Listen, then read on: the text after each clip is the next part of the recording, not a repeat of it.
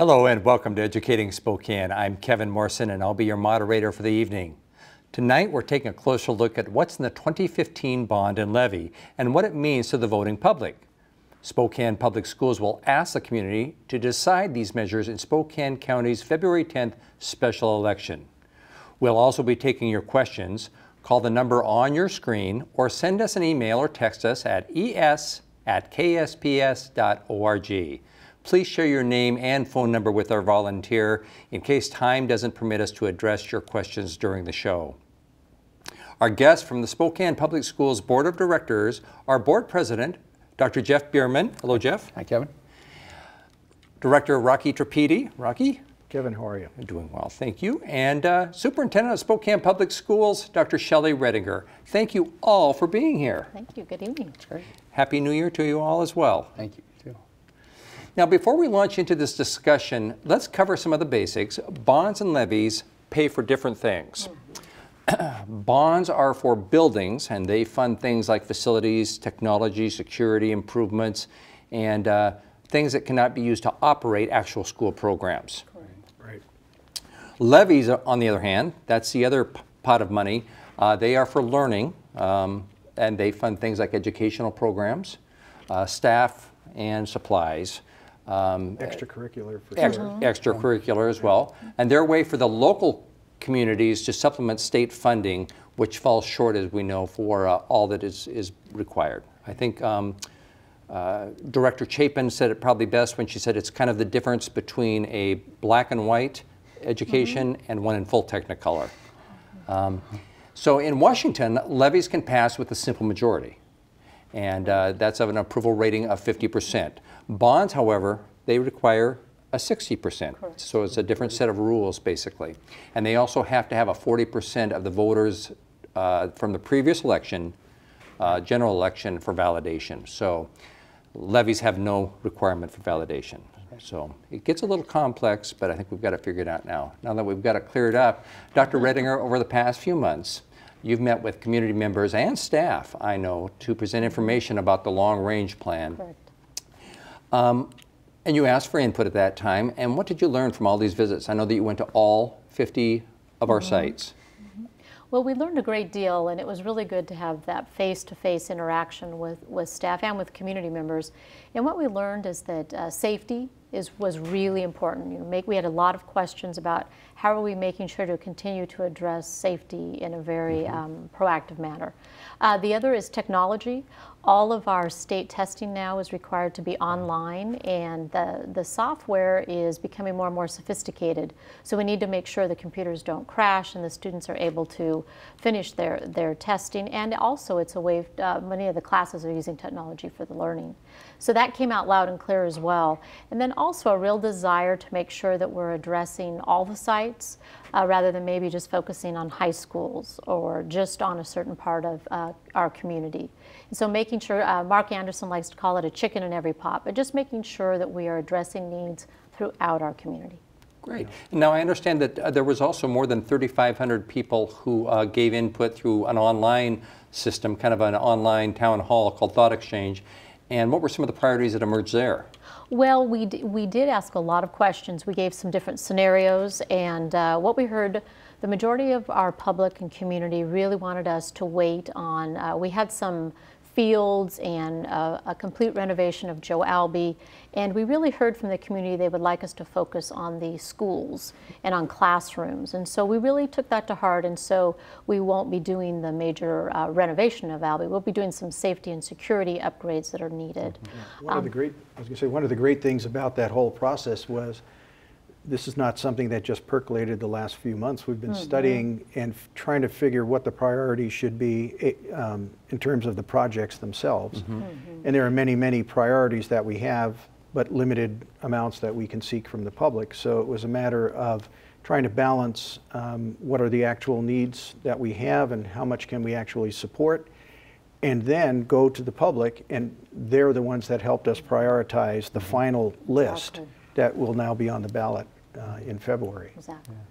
And 3,500 different individuals coming in, which is probably unprecedented, at least in my you know, that I can remember Yes, it was- that had that much input. Yes, Yeah. it was a really good amount of input that we received, and it was very helpful in helping us prioritize. That's a credit to the community, to the parent. I mean, everyone, parents, students, staff, community members. It takes an effort to, you know, educate yourself about, so what is it that we're actually putting in front of the public? So you have to learn about the projects before you can prioritize them, and folks made the effort to study them and then make their choices. So it was valuable input. You know, in years before, we would hold public forums to try to get community feedback. And even if we had a really, really, really well-attended public forum, we'd have 50 or 100 people maybe there. So if we had 3 of those, that would be input from 300 people. 3,500 people is more than 10 times that. So the technology really has helped us get a direct, you know, line of communication with a much, much broader cross-section of people. So. And it's not just a survey per se, because it allows open-ended questions and allowed them to really give us some dialogue to work from. Yeah, I thought that's one of the best parts about it is people get to, you know, post some ideas, put their thought up, and then that thought gets circulated to find out, well, how many people agree with that? You know, so it's not just getting, like you said, information from one person and going with that, but finding out how other people think about the feedback we were getting from those people. So Great. it really So in that process, Director Bierman, we got all that input and studied by also through the administrators in the district and the school board, what major projects percolated finally to the top? Yeah, you know, one of the clear messages we saw there was a focus on class size and elementary schools, and so we responded to that. I think, you know, we've got a couple of major projects at elementary schools. Franklin Elementary renovation is one of our older schools and is ready for a renovation and space addition. A Linwood rebuild, new school at Linwood.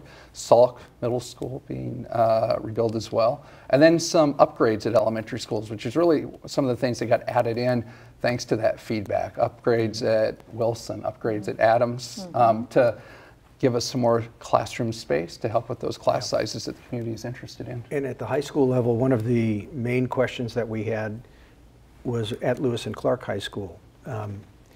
That had been renovated recently, but we're running out of classroom space there. So there was a major question as to should we or should we not expand, you know, build additional classrooms there. So we really did need good, solid input from citizens, and we got it. I mean, so one of the benefits from doing the study is we didn't just sit around a table like this and come up with our own conclusions. We got solid input from the folks that will actually be using the facility or funding this facility. Another major theme that came through was safety, and as Dr. Redinger had said, and what's proposed is that we really work on each of the buildings so that we have more of a single point of entry. And so this is a major, it's a major renovation to each of the buildings to make sure that we do it properly, and that with the single point of entry and new camera systems, we have the ability to monitor who's coming into the buildings, secure the buildings a little tighter, and do what's necessary. You know, buildings that were built 50 years ago don't have that type of a system in place. The ones that were built 20 years ago don't have that. So as security measures have been refined across the country, we now find ourselves in the place of having to make sure we make those changes to our own buildings. Yeah. Ferris, in the last bond cycle, the Ferris project's a good example like that, where you had a prior high school campus that had so many buildings and so many doors, 100 doors between buildings, entrances and exits. It's just not the way schools are built now in our day and age. And so, you know, changing that site, rebuilding that school allowed us to make it much more secure, much safer for the students there, and that's what we're looking to do with the projects in this cycle as well. And we've had a good history of doing that. So so we've got lots of models to go on since the 2003 bond on what we can do. So I also understand that portable classroom units are also included within this bond, and a lot of people who are probably about my age or so probably spent some time in portable classrooms during the baby boom. And so can you explain why portables are still necessary and why they're coming back? Well, we are, did you want to? I was just going to say, I doubt they'll ever go away. Go ahead. Well, we are seeing some enrollment growth, and we are currently using all of our facilities. We reopened Pratt as a facility. We're fully utilizing the Havermill site now. And so we really are running out of space with enrollment growth and then class size reductions from some of the additional funds we're receiving for that from the state. So there is a real need to make sure that we can lower the class sizes and can try to keep families at their neighborhood schools. And so portables allow us to do that. It may be portables, it may be small additions as well as we look forward in budget. Yeah. They simply provide flexibility. I mean, there's just no way around Exactly. it. Yeah. I spent many years in that. Yeah, the idea is not, you don't want to make them permanent, and unfortunately that happens from time to time. Rogers High School being a good example. Before we were able to renovate it, it had a whole complex of portables that had been melded together for years, and before you know it, people assume, well, that's the way the building's going to be, and you really need to get after that and make sure you The don't. Franklin renovation on this proposed bond cycle is a good example. Franklin Elementary's had portables, and we're actually adding another portable this year just to enable us to expand kindergarten and the class sizes there. You know, with the renovation of Franklin, then we'll be able to expand the capacity of that building somewhat. And we are to looking at take care a of that. historic renovation of Right. that particular site, I understand, right? Because it is such a classic old school building style. Yeah. Yeah. And Linwood is another example, I think, of that multiple portable situation that went out in the baby boom era. As well as multiple points of entry. Right. Right. So let's talk about the price tag. With voter approval of this $145 million bond, Spokane Public Schools would receive approximately $25 million more from the state. And with state matching funds and from savings, we also have 2009 bond money, a little bit of that left over. So we'd have a total of $205 million to complete the projects that we've been discussing here. Correct. So my understanding is one of the things that the voters also, or the thought exchange people wanted, was they liked the idea that we maintain that tax rate at $1.96, same that we did in 2003 per 1,000. And that stayed flat for 12 years. And it also keeps the district's long-range plan going. So, Dr. Redinger, can you explain? I would add one other point to that. It also limits our ability to do many more projects. 6 years ago, we were able to generate $288 million with that same tax rate. Oh, okay. Good point. This time we won't because of the property valuations and so forth. So we chose to stay within that rate, which is more economically feasible for our community. And part of that was from the board's position over time, and also through the thought exchange, we received a similar supportive input from the public. Yeah. No need to raise the rate. We have plenty of other projects we could add to the list, but keep it where it is. All right, Dr. Redinger, can you explain kind of what that long-range plan that Rocky alluded to there, that this 12 years worth?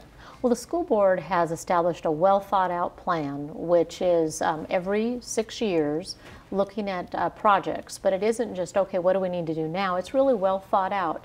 And we're in phase 3. We're just starting phase 3. And that would include these projects we talked about this evening. And we'll continue to maintain a proactive approach to our buildings rather than responding in a crisis mode that, oh no, we really need to pass this because we're in crisis and we can't. I've heard of stories where school districts can't have students in buildings, and that's really past due, and so we're really trying to be proactive and make sure we don't get into that position. And once you don't pass a bond, it's a little bit harder through a cycle to dig yourself out of that hole, to get yourself going again. Plus, the longer you put off work on buildings, the more buildings you have that need work. So you're, and we're not in that position now, thanks to the prior year's work that we've been doing. Each planning cycle starts off with an evaluation of all the buildings in the district. Looking at the facilities, the infrastructure, the wiring, everything to find out where are the greatest needs, so that we are, as we're limited on the number of projects we can do, that we're getting the buildings that need help the most and need renovation the most. And looking ahead, we need to do these now, right? So this is, we're not building Taj Mahals. We're literally taking care of the buildings that we have and making sure that we have solid educational facilities for students. But looking ahead, we've all heard of the McCleary decision, over the last couple of years and what the legislature needs to do. Well, as the legislature gets to the point where they're going to be forcing districts to reduce class size, we're going to need more classrooms as a result of that, probably more buildings. Well, the state hasn't come up with its funding plan to do that. We'll have to be figuring out in the next phase, not this phase, for February, but we'll have to start planning for the next one to decide where else we'll need to. We may be building new buildings, at places that don't exist right now, not just refurbishing what we have. So it's critical to us to make sure that we take care of what we have now and then keep an eye on the future so that when we get hit with those lower class sizes, we still don't have that money from the state. It's the state that's requiring us to do it, but the state isn't saying, here you go, here's the money to do it. So we need to be careful, make sure that we'll have the ability to take care of that. And I understand from talking with the Director of Capital Projects that the sites that are on for the major remodels are going to be able to have the flexibility of having that to add on if necessary. Correct. So I think that's once again showing some foresight that we're aware that something's out there coming down at us. Good. And as I mentioned before, there's also a levy on the February 10th election ballot, and I understand this is a separate proposition and the district runs a levy every 3 years. So Director Bierman, what are some of the examples of what a levy dollar buys? Okay. Yeah, there are quite a few things that it adds to our district that we wouldn't be providing without those levy dollar resources. Counselors. In the last year, this year, we've recently expanded to full-day kindergarten in every school. Some of those full-day Ks are paid for by state dollars, but several of them are paid for by those local levy dollars. We wouldn't have every child in full-day kindergarten without levy dollars. All the extracurricular activities, those are levy dollars. Support staff, security officers. Arts programs. Arts programs, you're right. It's about 350 full-time teachers. I mean, it's a significant number of personnel that are directly involved in working with and teaching students. So about 20. It's almost a quarter of our budget. I think just over 23% of what we do is funded by levy dollars. Wow, very important. So is that going to stay flat as well? Is the levy going to stay flat? I think that will be a question that everyone out there is asking. That's the plan. What we've proposed is approving levy dollar amounts for each of the next 3 years that would keep that tax rate pretty steady from where it is now and has been the last couple of years. Just right around $4 per thousand. 404, I think, is what we're estimating. You don't know until the actual assessed values are done, but so right around that $4 mark. And those are done every year, right? But there is a cap on the total amount, and we're looking at about 404 or so, I believe. I think so, yeah. And that's after some levy assistance from the state for our region because of its assessed valuation. But from our community members, the amounts we're asking for approval of would be right around the $4 a thousand, 404. Correct. Great. Well, thank you all for that. And so I'd like to take some time out because we have generated some questions have come up, and so we'd like to share those and get some answers to those to help our community. And Debbie asked, first of all, I heard that I have to re-enroll my child by the middle of February if I want him to go to a different school next year. Can you explain this? Sure. This is a new process that we've started because we have a lot of choice and option schools. And what we were finding is parents, if they were interested in, for example, our Montessori program or our Apple program, they would miss the deadline and they didn't know there was a meeting. And so we're doing them all at the same time. Now, if a family wants to stay in their current school, let's say if your child goes to Longfellow and you want to stay at Longfellow, and that is your neighborhood school, you don't need to put in anything. You don't need to re-enroll. If your child goes to Longfellow or Balboa or another school, Finch, and you want to go then possibly the Montessori program, that's when you would do that. There is a domino effect with our staffing, and so that's why we need to do that earlier. And this process is being done online this year, is that Yeah, right? it's all online this year, correct. And my understand is that there's going to be a fair where people can go to at Levy Correct. for that, and that's you can get more information online, I suppose. On our website, yes. Good. All right. Next question comes for us from Jason, and he asks, he says, I took the weighted grade survey online, and what's the status of your decision on weighted grades? We're still waiting to come to a decision on just how it's going to be implemented and what all how that will work within our district. I'm glad that he's filled out the survey and gotten some feedback in. We haven't finished, I think, getting all that feedback in and analyzed. So I think the board is still waiting to get feedback from the conclusion of that process to find out how our community feels about it. Some more information from schools and students, and then we'll be able to take some action on deciding how that's going to be implemented throughout our district to weight those grades for students who are challenging themselves in AP and honors courses in our schools, in the secondary schools is where we're looking to do that. It's already received the full support of the board and the administration. We're in the refinement phase before it gets fully implemented. We're looking at it as part of differentiated diploma discussion and so forth. So as Dr. Bierman just said, we're really grateful that he took the time to complete the survey. We're getting a lot of good, solid input from students who are definitely interested in this process. So as a parent, what am I going to see different in my students' grades that they bring home? Well, we'll make sure that we really communicate the changes and what it will look like once the board makes the final decisions. So we'll make sure we have a very well thought out communications plan. And I'm sure, Kevin, you'll be a part of that as well as our communications director. But we'll make sure that the parents all are aware, probably as a part of as individuals register, that we really get the word out. And we'll probably have a phase-in approach. We realize that some students are in the middle of their high school careers, and it could cause some angst. So we'll have a well-thought-out plan. You're meaning for recognition and recognition, such, correct. Right, how those Correct. weighted grades are used Will affect, throughout yes, the district. correct. And that would be a good demonstration that we could use in a program such as this. It wouldn't take but a few moments to just say, okay, if these are the grades you received in the classroom, what would that same transcript look like using weighted grades? So Great. once that's refined and in place, we'll be more than happy. And to it's do not that. just unique. I mean, it happens across the nation. Correct. Absolutely. And it's been happening in schools for a long time. You know, and the real, we can tell parents, the real idea, the real hope is to give kids that freedom, that flexibility to be able to challenge themselves as fully as they can. I know some kids feel like they're in a catch-22. They're told to challenge themselves with harder classes, but they want to not hurt their GPAs by taking on those harder classes. And that's what weighted grades is intended to address. So.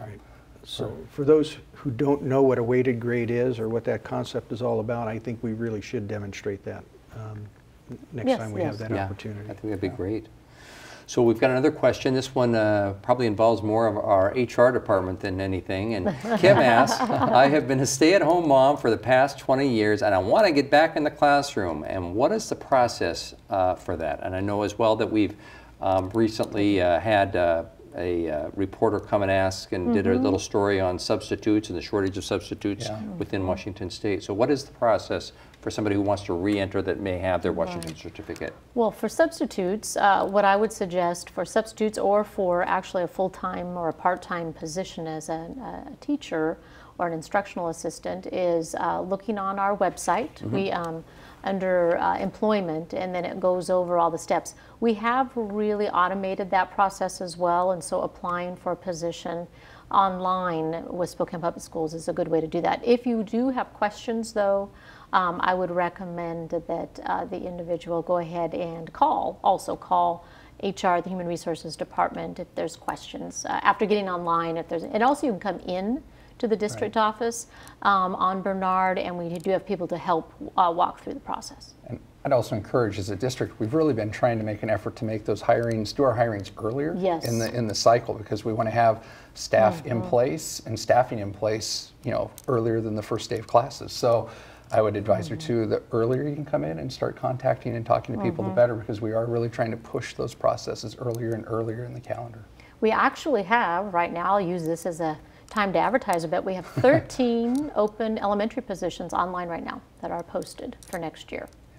And these are positions we know we will need, and they are replacing people that we know will either retiring or won't be with us next year. And so we know that those are open. So we do have some positions posted already. Yeah, cool. And with our growing enrollment and with smaller class size, and we know that, and the usual amount of retirements, we know we're going to need Correct. more good teachers, more great teachers in Yes. Spokane Public Schools. Alyssa asks, are we extending the school year, and if so, when will it take effect, and for how long? School year or school day? School year. School year. We haven't, well, in Rogers, we've been able to extend the school year in recent years and been able to continue that as well. There's been some talk about trying to extend the school year, even at the legislature. Some bills, a bill last year to try to do some piloting of having an extended school year to address that summer loss for students. You know, that extended summer vacation. There's lots of data and studies about students dropping back academically over the learning loss over that extended summer vacation. So one of the ways around that is not having an extended summer vacation, trying to cut that down a little bit. So and have change the way the calendar looks. So in other words, we're all used to, I think the basic school calendar has been in place for decades, right? So we have to chop up the school year a little bit differently. The reason, when you talk about an extended school year, what does it cost for every day in our district? About $1 million. So just to add one day to the school year would add another $1 million to our expense budget. So, Ongoing costs. right. Yes. So where does that money come from? We just don't have that. So as Dr. Bierman was saying, the legislature's looking at it. If they were to extend the school year from their perspective, guess what they'd have to come up with? Lots of money across the state to do that. So. But there are some efficiencies, obviously, in that. And the second part of the question is, so extending the school day is also part of the discussion. And in that regard, we are, in fact, extending the school day next September, September of 2015, in elementary school by 1/2 hour each day. So that's a full 2.5 hours per week of extra instruction. Basically, one full day of instruction every 2 weeks, or about 16 full days of instruction for every kid in elementary school, K-6. So that's a big addition that we're going to have Greatly needed next year. For elementary teachers to get through everything they need to prepare our students for our T24 goal. They really need that extra half hour. That calendar question is a great one and an important one for us to be looking at as we try to be a district that's really focusing on making decisions around student achievement and student performance, trying to find the calendar that best aligns with students performing well. Great. Well, that brings us to the end of our time together. We've run out of time. I want to thank you for joining us, as well as the participating school board members and the superintendent. And this program will run again on Channel 17 at 8:30 a.m., 1 p.m., and 8:30 p.m. from January 10th through January 15th. You can also watch this and other Spokane Public School programs and videos at spokaneschools.org, as well as on our YouTube channel. Have a wonderful evening, and don't forget to vote on February 10th.